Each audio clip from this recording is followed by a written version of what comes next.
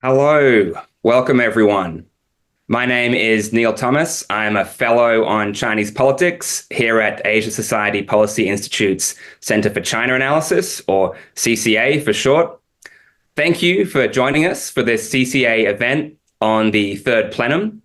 As many of you will know, the Third Plenum was held in Beijing from last Monday to last Thursday, when around 200 full members and 170 alternate members of the Communist Party's Central Committee met to discuss and approve an authoritative policy decision on, quote, further comprehensively deepening reform and advancing Chinese-style modernization. This very lengthy decision document was published on Sunday and includes over 300 policy measures that are set to be implemented over the next 5 years. And to discuss the context, the contents, and the consequences of this decision, I am delighted to be joined today by 3 other CCA fellows. We have first Guoguang Wu, who is a CCA Senior Fellow on Chinese politics. Guoguang is a research scholar at the Stanford Center on China's Economy and Institutions, where he specializes in Chinese elite politics and comparative political economy. Before his academic career, Guoguang was a speechwriter and a document drafter for Party General Secretary Zhao Ziyang in the late 1980s. Secondly, we have Bert Hofman, who is a CCA Honorary Senior Fellow on the Chinese economy. Bert is a professor at the East Asian Institute of the National University of Singapore.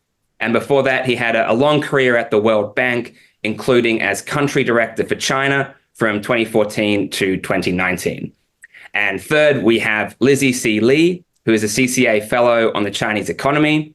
Lizzi earned a PhD in economics from MIT before turning to journalism with the New York-based independent Chinese media outlet Wall Street TV. And she formerly hosted The Signal Live with Lizzi Li, powered by the Late China Project. Before we start, a quick word on logistics. Each speaker will, at the beginning, offer a few minutes of their reflections on different aspects of the Third Plenum. Guoguang on elite politics and the political context, then Bert on economic policy, and then Lizzi on technology and international relations.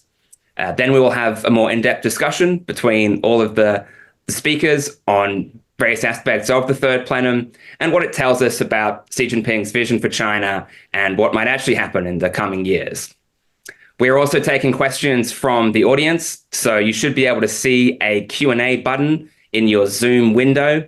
And please do feel free to use that function and ask us questions at any time, because I may use your questions to help shape our discussion throughout the event. So without further ado, let's get started, and I will turn the floor over to Guoguang. Thank you, Neil. Thank you for attending this webinar. So maybe the first question is why so-called Third Plenum is so important. Basically, I think there is historical myth. In 1978, December of 1978, there was Third Plenum of the 11th Central Committee of the Chinese Communist Party, which was claimed to start post-war reform years. So I call it as myth. Basically, that plenum completed power change from Mao's successor Hua Guofeng to Deng Xiaoping, as all you know. So they didn't even mention reform, very tiny, very marginally. In very marginal sentence, reform appeared only once in the actively communique of that plan.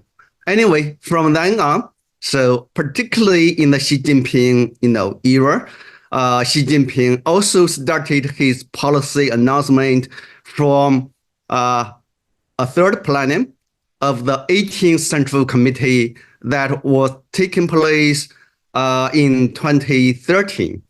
So Xi Jinping today claimed that, okay, so in 1978, reform started, and in 23, reform getting actively defined. Today, he also claims this Third Plenum, try to define reform and advance Chinese modernization.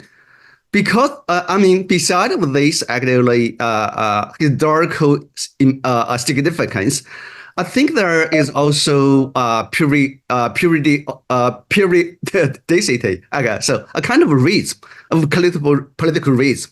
So usually when the new central committee was set up, the first plenum is always about so-called elections of the Politburo and the just the Politburo and a central military commission, those top leadership bodies. So composition of them immediately following a party congress. Then the second plenum is usually about NPC, PCC, so-called two sessions, personnel arrangement, policy reports, things like that. Then when the new central committee for the first time has actively chance to discuss substantial policy issues, they came to the third plenum. So also something like U.S. politics midterm election. So after 1.5 or even 2 years or even more than 2 years, so the third plenum, when it takes place, that means the party congress already passed for a time actually. So the new central committee needs to actively adjust its policy, not only announce new policy, but something not so, closely, intimately following the party congress. And delayed, it seems that this actually third plenum was delayed because, as we mentioned, 11 years ago, okay, there was third plenum of 18th party central committee, and 6 years ago, there was a third plenum of 19th central committee. So why not exactly within 5 years? So I guess, that pattern of usually, so every 5 years you have the third plenum of a new central committee, but so why this time 6 years? Before the plenum, we knew that there were different interpretations or speculations. One prevailing argument was that Xi Jinping was actually meeting resistance from party elites regarding China's, governance, especially economic policies. From actually the outcome of this plenum, maybe, I think there were resistances, but not so powerful enough to block Xi Jinping to implement his agenda, to implement his actually decision-making willingness. So basically, I would say there could be another interpretation, which is Xi Jinping intentionally postponed actually this plenum. So because the new pattern was not so new, actually, it's not so new. It started in 13th Party Congress. Okay, from the 13th Party Congress in 1987, they started this pattern. And the 13th Party Congress was known as, reform milestone. So Xi Jinping, I guess, he doesn't want to see this kind of a pattern. So in the future, I can predict if he still like to postpone some, significant meetings, still want to change this kind of a pattern shaped in past several decades, that would not be surprised, I guess. Then very quickly for personnel changes, that personnel issues are the least transparent issues in Chinese politics. So this time we have very tiny window. We can see actually something as announced by the central committee's, communique. So basically, I would, we know about Qinggang, still Comrade Qinggang actually. He resigned, so the Central Committee accepted his resignation and he would be downgraded as cadre. But anyway, so still, we don't know what really happened with Qinggang. So why this outcome actually, after long time investigation, at least from summer of the last year. And what I like to bring your attention to is actually there are at least 4 indicators indicating that political purge within the military is much larger than we might have known, and maybe much serious. So first, all 3 Central Committee members, including 1 alternate members, were expelled from the Communist Party. They were former PLA generals, high-ranking generals. Okay, that's indicator 1. Second, okay, so 1 person, Sun Jinming, alternative member, and he, for the first time, at least to me, okay, I heard that this guy was also involved into purge, corruption, whatever. Yeah, he was purged anyway. So that means that there were still a lot of persons we don't know who were already, under investigation, who could be purged actually at a later stage. The third indicator is new Central Committee members. They added 3 alternative members into full members. But actually, if they follow the rules, they follow the procedure to do this. But if they strictly follow the procedure, so person ranked as number 2 in order of ballot they gained at the party congress. The second guy would be Ding Xingnu, also deputy vice commander of a rocket force of PLA. But he was actually overescaped. So he was not able to get this opportunity. So he might be also involved into corruption, and he could be purged. Tomorrow, we don't know. And also the fourth one. So Rocket Force Commissar Xi Jinping, there were actually reports about his purge, but he was not expelled from the Central Committee this time. But that doesn't mean he is safe, because another guy who is former Minister of Agriculture, he Tang Renjian, he actually publicly we know that he is under investigation, but he's still kept within the Central Committee. So that means investigation still continue. So conclusions are not yet made. So maybe Xi Jinping can be this kind of case. So anyway, so all those things means, it seems that rocket forces are really problematic within the PLA. And within PLA, there is a very big purge going on right now. And for the general tone of the third plenum, I would go very briefly. Okay, so you know that we have 2 experts. They will do much better job than I do explaining what the policies mean. So basically, I just want to remind everybody. So there are 2 keywords according to official Chinese sources regarding this plenum. So reform and Chinese modernization. I would say even Xi Jinping emphasized that, okay, through this plenum, we would like to send very strong signal to Chinese people and the international society that we will have reform. We will continue reform. We will depend reform. But I would say if we regard reform as the single keyword, that would be wrong. I would say the real keyword is Chinese modernization. Chinese modernization is the official translation of 中国式现代化. But in my, understanding of Chinese language, 中国式现代化 doesn't simply mean Chinese modernization. That could be 中国的现代化, right? So of course, modernization in China is always Chinese modernization. So they emphasize Chinese style modernization, modernization in the Chinese way, modernization in Chinese standard. Anyway, so with Chinese characteristics, so usually, it's really joke. It seems that China becomes negative actually word.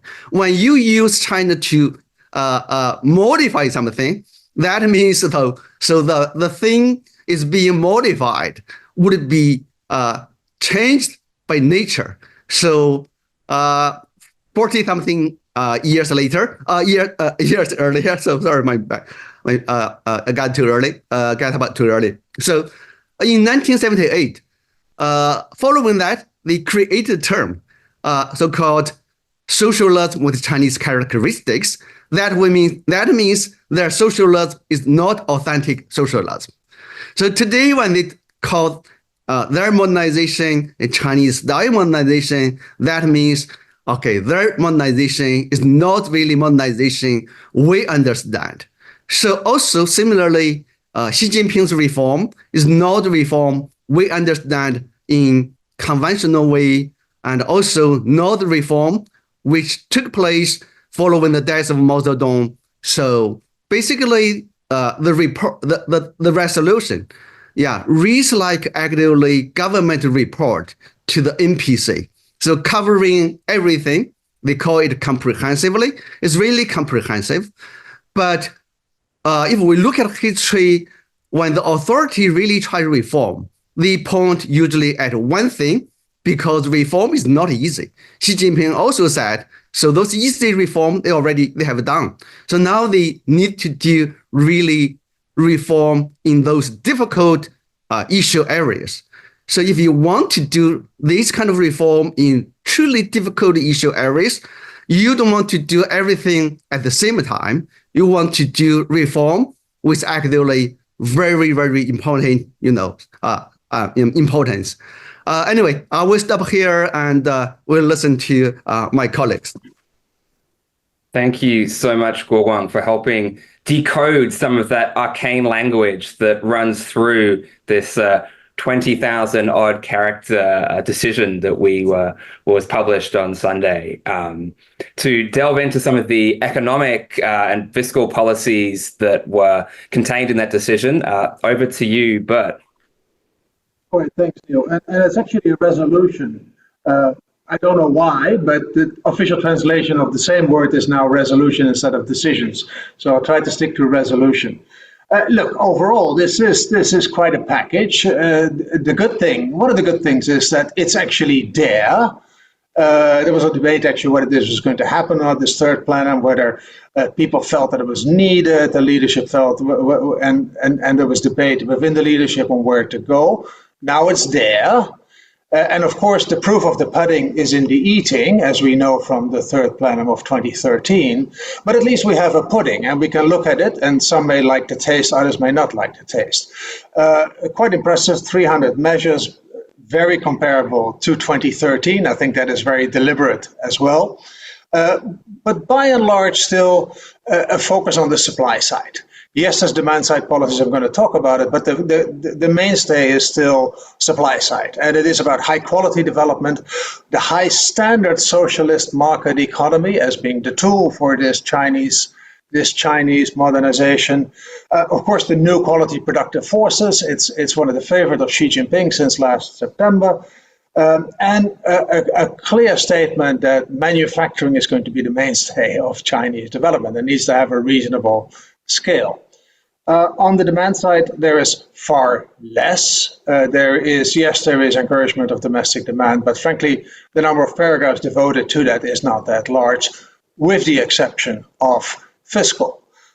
Almost absent, it's not completely absent, but almost absent is common prosperity. Now, that used to be if you want, the flag, the banner, or the bogeyman, depending on which side you look at, of a much more leftist type of sentiment that emerged in China a couple of years ago. I think it's deliberately sort of left out, toned down. It's wrapped into balancing urban and rural development, so much less prominent than before. There's a lot of, instead though, there's a lot of measures announced on people's welfare. It's on the social welfare system, on the pension system, on the housing system. A pretty positive, as far as I can see, on the Hooko system and the land management system, which is very much related to that. So there is more liberalization of Hooko. There's the right of people to get services in the city that they reside in, and now endorsed by the Central Committee. So that's more important than before. And the management of land is such that you can actually take your land right to the city, because we're now at a stage of migration that a lot of said, well, actually, I don't want to have this urban Hooko because I would use my land rights back home. That's very explicit that they're going to keep it. I think is a very important factor in all of this. On the supply side, and I know Lizzie is going to talk a lot about technology, so I won't take away her thunder. But to me, it's a very consistent policy. It's also a policy of doubling down on science and technology, down on industrial policy, linking the two, having all kinds of tools that would link the two, and so basically it is. Not just of today's technology, but future technology, the high quality productive forces. That's in summary on the technology side. Of course, mean that there would be more objection from abroad against an industrial policy of China. I think it's one of the contestable areas, and China would need to see how they can balance that. Finally, and you promised the fiscal reforms. Well, I've been talking about fiscal reforms for probably 25 years, so I was actually quite pleased with what is in the document, in the resolution overall. First of all, there's a clear recognition that there's a fiscal problem, that there's a local fiscal problem because of the real estate sector, etc.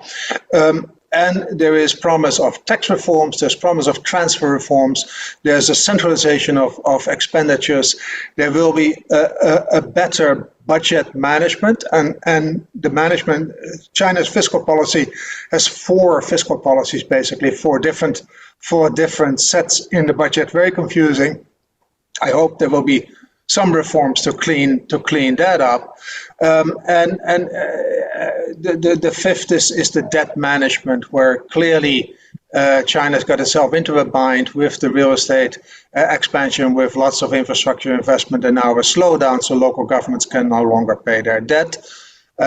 More resolution on that. I find that a pretty good package. Again, it will be Chinese modernization. It will not be Germany or the United States or anywhere else. So especially outsiders may not like everything, but at least it creates some clarity. It creates some policy corridors for people to look at. Finally, and that is maybe the most important one, is that there's a confirmation of this great line of 2013, the decisive force of the market. The market is the decisive force in the allocation of resources. So the state market balance. I actually believe that it's a bit stronger even in 2013. It was not in the communique, but in the resolution it was, and it repeats that line, and then it says we should leverage the role of the market. And if I read it correctly, we should also focus state enterprises on their core mission, which is not everything. Because one of the problems in today's China is that state enterprises have been expanding and basically pushing out the private sector, which is bad for innovation, which is bad for productivity, the stuff that China needs. Let me stop here and get back to the Q&A. Thanks. Thank you, Bert. Yeah, a lot there that we can unpack in a bit more detail in the discussion. But thanks for that excellent overview of the main economic pillars of the plenum decision. So to go into more detail about this huge pillar of technology and some of the international dimensions of that, Lizzie, over to you. Neil, thank you. Let me just take the next 5 to 7 minutes to share my 2 cents on the Third Plenum's key tech policy announcements and discuss the implications for international relations. So I want to start things off with China's big economic goal. The overarching aim, as the previous panelists alluded to, is to achieve Chinese-style modernization. And there's actually a deadline for it. It's 2035, which means doubling of per capita income to about $25,000 So to hit that target, what that means is China needs to grow at about 4.5 to 5% annually. And right now, the data is at 4.7%, but projections usually suggest that it might dip below 4% next year on. And that really underscores how crucial it is for China to keep the economic engine running. And it's clear to me from the Third Plenum document that the Chinese leadership has decided that to sustain this level of growth, China needs systemic upgrading along the global value chain, not just short-term stimuli.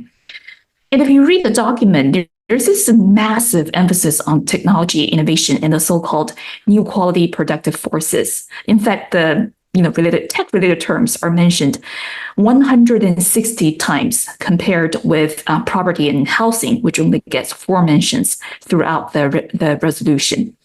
And for the tech and innovation policies, there are 2 central themes that really stand out to me. A, self-sufficiency, and B, major breakthroughs, especially in frontier science. I mean, that's no surprise given the rising geopolitical tensions, particularly with the US. What's really interesting is the plenum also emphasizes this dual role of state guidance and intense competition among private sector companies and entrepreneurs. And the state will continue to play a crucial role in creating and supporting, especially industry supply chains, and providing sort of guidance on what's a priority. But the private sector is recognized as the primary driver of growth and innovation. So China has adopted this approach and seen success in its EV sectors and battery sectors. It seems like the leadership is determined to apply that formula to other priority sectors, including semiconductors, medical equipment, and machine tools. It seems that another thing that really stand out in the Third Plenum document is, whether it's investment technology, infrastructure, green energy transitions, or digital upgrades in manufacturing, those initiatives are not just about boosting productivity and fostering innovation, which Beijing sees as essential for its long-term economic growth. They are also aimed at tackling a huge swath of other problems like demographic challenges, right? So the document mentions using tech solutions to address the shortfall in healthcare funding and pension funds. So basically, tech is viewed as the solution to unemployment, to lack of domestic demand. I mean, these are typically seen as classic demand-side issues, but Beijing basically sees tech as a magic potion for all those problems. Another noteworthy point is that the plenum also introduced new initiatives to restructure the country's financial system and STEM education system surrounding tech, such as encouraging and regulating angel investment and venture capital, and measures to be more open to foreign investment to support China's indigenous tech innovation. Another key point from the plenum is increased investment to support so-called high-risk, high-value basic research. From what I hear on the ground, universities in China are getting more autonomy these days to manage their scientific achievements. The idea is it's beneficial for China to foster an environment ripe for innovation and especially commercialization. We've been hearing a lot of talking about bridging the Death Valley curve, referring to the phase from lab work to pilot testing and mass production, where many entrepreneurs face a lot of uncertainties. And Chinese universities like Shanghai Jiaotong, Tsinghua, Zhejiang, and Tongji have set up investment funds to support on-campus entrepreneurship. Now, the goal is to connect scientists and scientist research with private capital. And these days, the buzzword we usually hear from China is patient capital. The idea is that to transform technological achievements to commercialization requires long-term, consistent capital injections backed by government support, as private funds typically prefer more mature technologies that yield more certain outcome. So we can dive into the specifics if the audience is more interested, but let's just be real about what those initiatives can achieve versus not. According to Bloomberg, economic forecast, high-tech sectors in China are expected to grow to 19% of GDP by 2026, and that's up from 11% in 2018.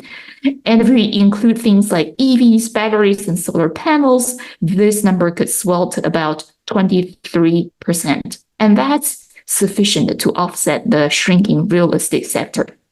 But that's sort of the optimistic scenario. And there are a host of challenges with those initiatives, right?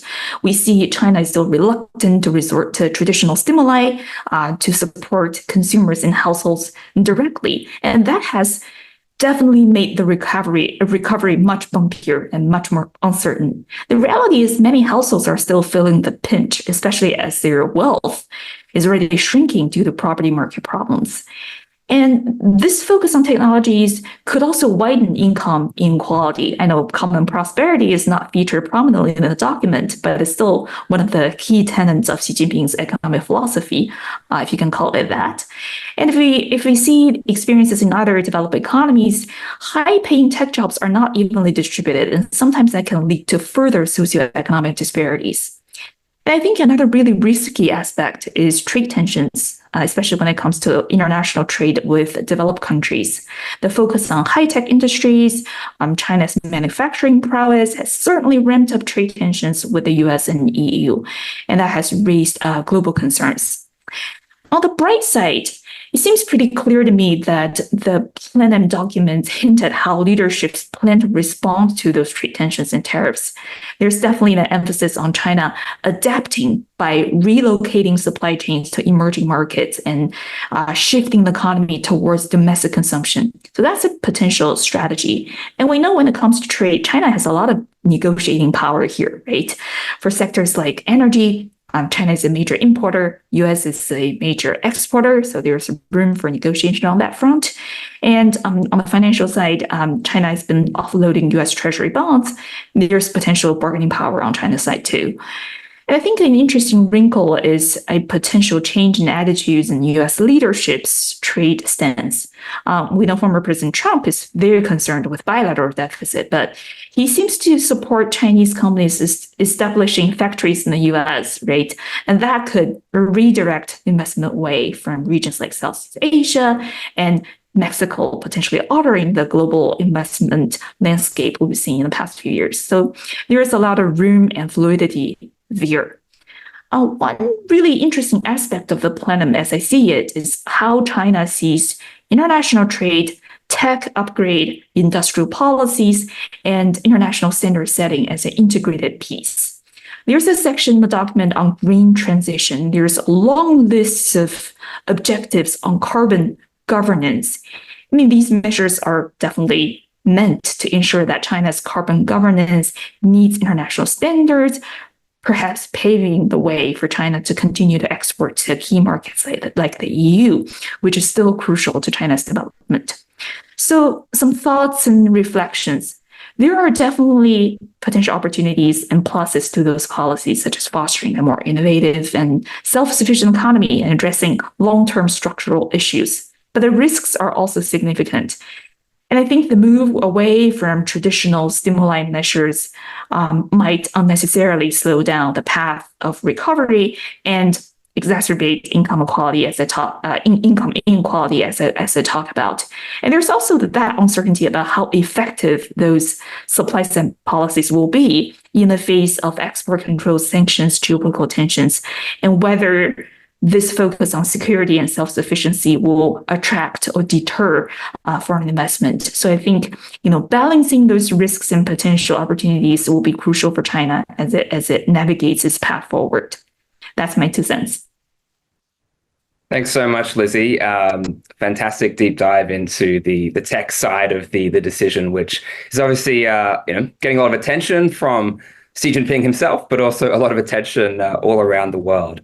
We've had a lot of really great questions come in, and we're going to get to a lot of those. But before we do, I just want to go around all three of you for your kind of quick sense of kind of one question that I had, which is that looking at the reaction that the Third Plenum has received from economists, both in China and in the West, in the United States, or especially kind of market observers and participants, has not been particularly positive. I mean, we've seen markets have decreased on the news. There's been a lot of skepticism about the promises that have made because of the kind of unfulfilled potential of the Third Plenum in 2013, which led many to expect more of liberalization and kind of various other reform steps that didn't end up being taken.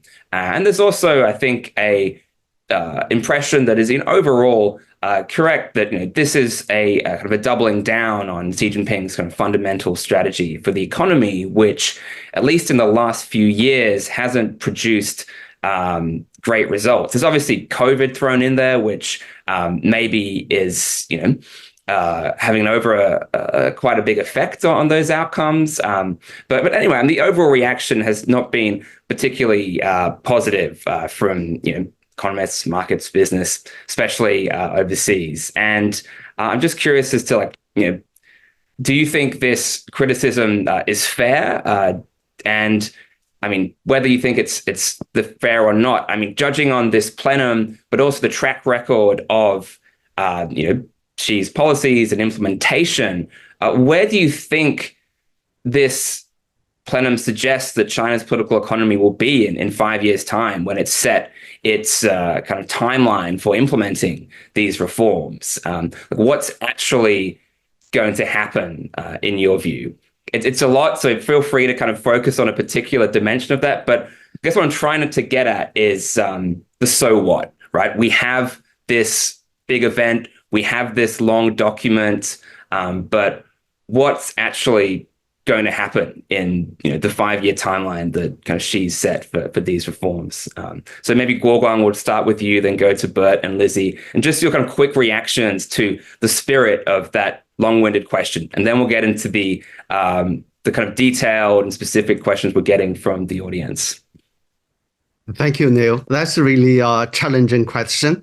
I guess the Xi Jinping leadership will not really adjust their, fundamentally adjust their strategy and the policies in response to international opinion. So if they do something like that, if they do something like that, they would actually have done that in the past number of years. But also we see some slight signals that they try to relax control of the economy. I mean, after actually the plenum. One, from a perspective of elite politics and power, we could see that Xi Jinping doesn't appear so frequently in Chinese official media. So he gives some other leaders more opportunity to talk about Chinese policies, to actually function as Chinese leaders. We don't know why actually he does in this way. Pretty unusual, because that's not his way of doing things in the past several years. So yes, we know that there was a rumor saying his health conditions has declined very quickly, but we don't know. So what really happened? So I guess that also depends on, China's international connections. I have noted that there are really good questions regarding U.S.-China relations, and also uncertain future of China, of U.S. general election. So if the White House is changed resident, so what would happen? So yeah, a lot of questions. Yes. So my questions are also more than answers. Neil, you asked the impossible question, but let me give a bit of a try. First, fair enough. There's lots of criticism from the outside, but it's also to some extent a bit strange and a bit inconsistent. A lot of people have asked for a third plenum. Now there is a third plenum, so that's a good thing. There's lots of reforms in there. Xi Jinping has not given up on the notion of reform. There's still the decisive role of the market. So a number of things that you say, well, okay, that's sort of, we needed to hear that from Xi Jinping at today. And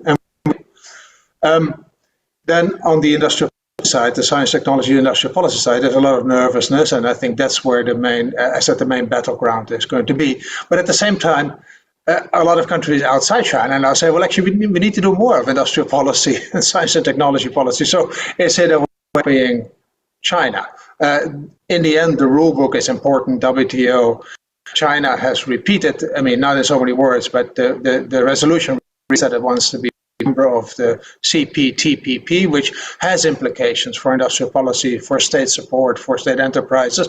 So and that would be good if China were to tie itself by means of international agreements to not go overboard. Because one of the problems of the last 10 years is that there's been too much industrial policy in a way, and that each and every province and municipality copies the other one on the state's priorities. And that's why we have the overcapacity, that's why we have a lot of duplication of waste that is not very useful for Chinese people and brings a lot of antagonism abroad. On the implementation side, frankly, I think we're in a very different situation. 2013, Xi Jinping just came in. Li Keqiang was basically in charge of the third document, and she probably said, yeah, well, that's okay. So in other words, not fully bought in. When there was heavy weather in the course of the liberalization, especially of the financial markets, whether that was done right or not remains to be seen. Xi Jinping said, okay, well, that's not what I want. And there was backtracking afterwards, not just in financial, but in other areas as well, which was in a way a wasted opportunity, but that was because Xi Jinping got nervous. Now, Xi Jinping is fully upfront. He's there, he's bought in, it's right there. And yes, there's still the same interest group, there's still difficulties, but it's Xi Jinping in the lead, and he has the full political authority since then. So I think the chances of the implementation of the current document are much higher than the chances of implementation of the 2013 document when it was passed. Thanks. Great. I just wanted to add a few more things to Guoguang and Bert's excellent argument. I just wanted to mention the traumatizing experience of the 2015 stock market meltdown and how significant of an impact it has on Xi Jinping's economic thinking and policy direction. And, from what I hear, that experience, that crisis really, to Beijing's leadership, reviewed the vulnerabilities, not just about China's financial system. It also sort of underscored the risks associated with sort of market access, right? Rapid market liberalizations and speculative investments. And, as we know, during the 2015 crisis, the Chinese government actually intervened quite heavily and finally succeeded in stabilizing the market. And they resorted to measures like halting trading, banning short selling, directing state-owned enterprises to buy stocks, right? 国家对旧厂. So that's a really interventionist approach. And that actually highlighted to Xi Jinping the need for strong regulatory oversight to prevent that kind of market access and maintain financial stability. And as we know, in the aftermath of the 2015 stock market meltdown, Xi Jinping's administration implemented a series of regulatory reforms, all aimed at tightening control over the financial sector and tightening control over the market. So I think that's sort of a watershed moment, if you will. And it seems that after that, there's a shift in the leadership thinking toward security, stabilization, and sort of more real economy as opposed to virtual. So that's an experience I want to highlight. And speaking of this emphasis on self-sufficiency, I think the external factor definitely plays a role here, especially during the past few years. China realizes that, in spite of its progress in science and technology and research, there's still a gigantic gap between the frontier science and what Chinese can achieve at this point, especially in the face of US export controls and sanctions that really sort of turbocharged China's ambition to be more sufficient and to resort to security as the high priority sort of item on the agenda over economic development per se. Thanks, Lizzie. Great answers and lots of food for thought in the coming years. Got a lot of questions about the Hooko reforms that are proposed in the decision. So maybe this is a question for you, Bert. basically, how substantial or radical are the Hooko reforms that have been suggested in the resolution? What do you expect the outcomes are going to be, and how realistic is it that these are going to be fully implemented by local governments? So I think they're significant. I think it's significant that they're being mentioned quite specifically in a Central Committee document. I think the land reforms, as I mentioned, the portability of land rights is a very important aspect of that. But in the end, it still has to be, it's never in the interest, or hardly ever in the interest of an individual municipality to give full service to a migrant if they can have the labor without the services, without paying for the services. So there is a line on that where the fiscal system is supposed to accommodate the additional cost. Again, you can debate about whether that's going to happen, but it's actually not that difficult to arrange. I mean, I know from other countries that do that. If a person moves from Mr. Jung from A to B, and his children move from A to B, then you can also make money for the healthcare and for the education system from A to B. Not very difficult to do. Hasn't been done in China. So, but it's now mentioned in the Central Committee. I believe also that there's more recognition, and not just from the document, but from the debate running up to the Third Plenum, of the importance of this mobility, because it's not just rural. Frankly, it's also quite difficult to move from Shanghai to Beijing and to get Hooko in Beijing, and then you don't have the full services, then you can't get a loan, and you can't get an apartment. So it's wider than that. It's a clear impediment to labor mobility. If you want to be more productive, you need to be able to move labor where it is most productive. So it is a critical reform, quite a bit of meat in the document, and more, I believe, more forceful central pressure on municipalities to make it work. Just a follow-up question, I guess. I mean, so the reforms that are proposed involve more access to urban public services by rural Hooko holders, which is obviously a huge gap in the social safety net at the moment. Does this Hooko reform require the reform of central local finances to happen first, and the kind of taxation reforms like local governments being able to keep more consumption tax revenues? When is this likely to happen? And is there a really difficult series of reforms to local debt and to combating the problems in the property sector that we're seeing right now? How are those kind of local fiscal reforms and property sector rescue packages kind of linked to this social welfare policies and the potential boost that could have for consumption as well if people now... You sound like a small town mayor that really doesn't want to have more migrants. Well, this is what I thought it was all about. We're going to make it so difficult, and therefore it cannot be done. No, it actually can be done, because if you look at the transfer system, first of all, the central government already pays for a lot of those services, especially to the poor areas. But education and healthcare, health insurance for non-covered people is already covered by the central government. So it's a matter of indeed moving that money from one place, where the origin of the migrant, to where the migrant is going to end up, to the destination. Second, if there is still a shortfall, you would need to give additional transfers to that municipality. And yes, central government can take a little bit of a deficit for that. Over time, all of these difficult reforms in the fiscal side would need to happen in any case for many different reasons, not just for the accommodating the Hooko system, but the fiscal side of things is really not a good excuse. The World Bank, together with the Development Research Center, when I was still there, we did a bit of a calculation on this, on what would it really cost on net, and taking into account that you move people from one place where they no longer demand services to another place. It's minimal. It is truly minimal. The big item is the pension system. And that's in a way a separate discussion. There's a centralization of the pension system ongoing already. It probably should be a fully centrally financed system in any case because of the mobility implications. But again, there's accommodations for that to be made. There's now a separate urban and rural resident system, so that's not the urban worker system. And people can at least have that as a pension system when they move to cities. So I really see not that many practical impediments. But I said local governments, they still like to have the labor at the burden. One big game changer, though, is actually the real estate market. One always should use a good crisis. Now, there's actually, if migrants come in and they actually buy an apartment, it is now a godsend for many municipalities. So that may actually tip the balance. Thanks.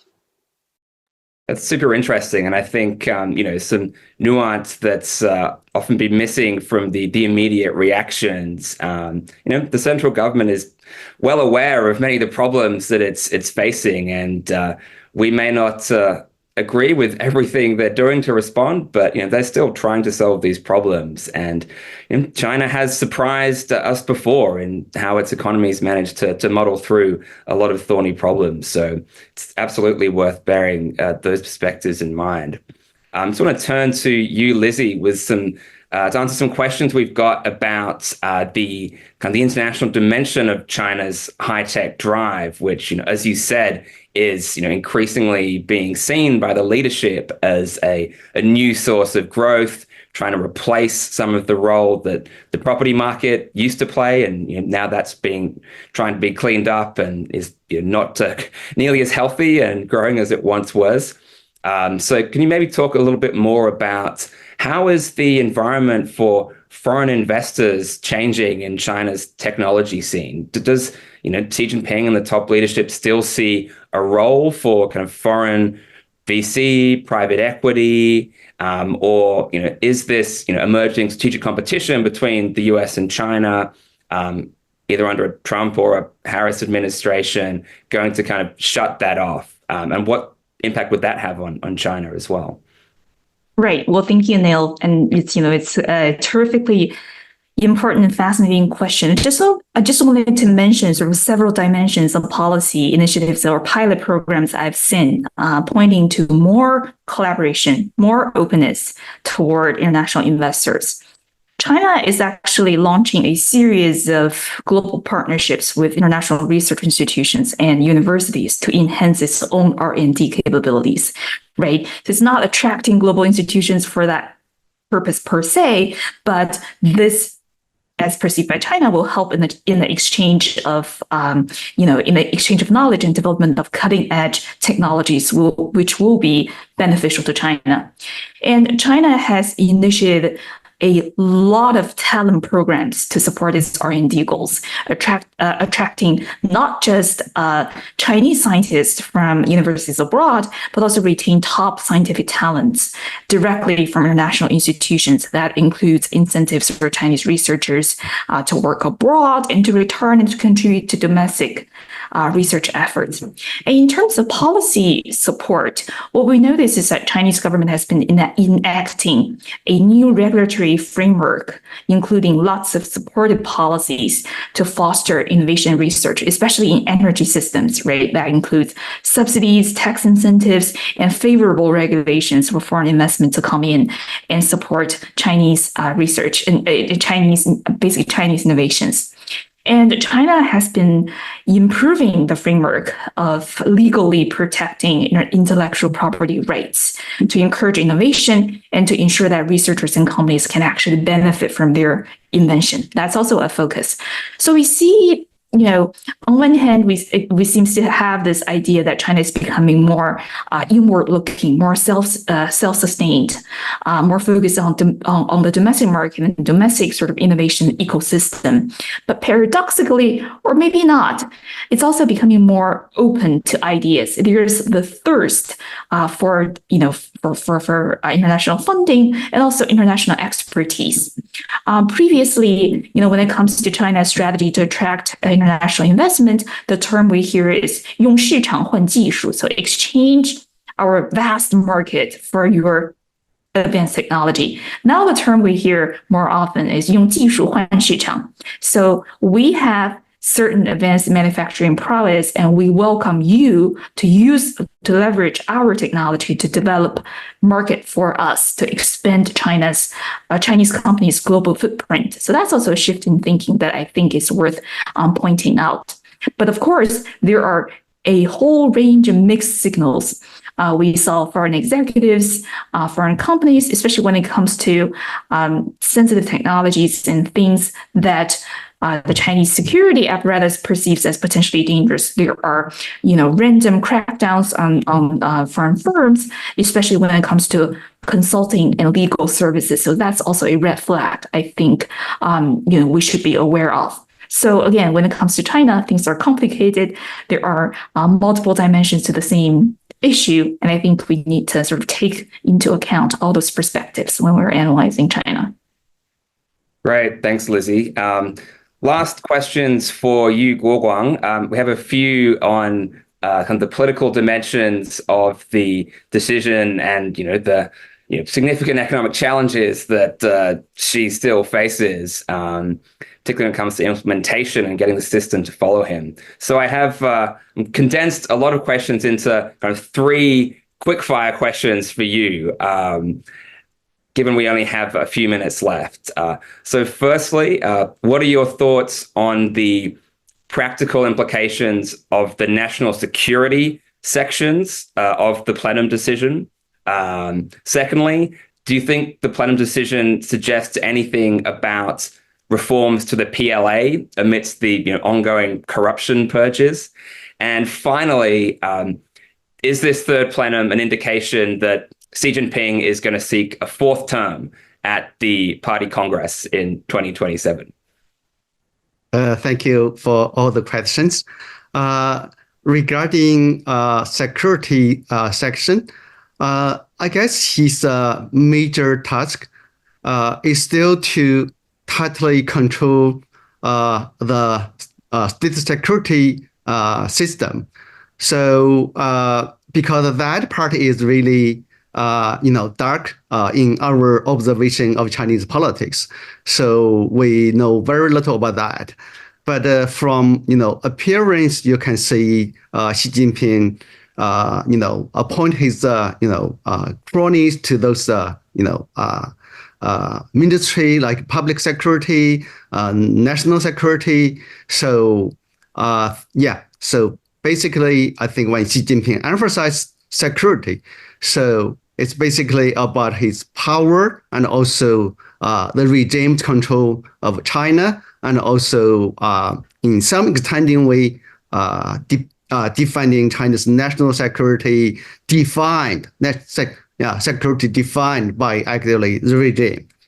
Regarding the military, I would say there would be no major organizational change within the military, because Xi Jinping already did that fundamental restructuring of the Chinese military. Yes, recently he had new change. So abolishing strategic supporting army to reorganize that into something regarding information warfare. I guess this is already pretty major step he has taken already. So in the next few years, I don't foresee such major, restructuring measures. So I guess his major task within the military, just like within the security sector, so try to control the military and also try to improve the warfare ability of the military and preparing for the future military conflict, perhaps with Taiwan, even at a larger scale. And also, that's really interesting question. So is Xi Jinping preparing for his 4th term? My answer is definitely yes. But can we see any signal from this plenum? It's a very tiny signal, as actually for the first time, maybe, my memory is bad anyway. So they mentioned that, okay, the policy measures, the plans of reform proposed by this plenum would be completed by year 2029. So within 5 years. So why 2029? So why they need to see that? And usually they can just, don't specify this kind of, when they can complete it.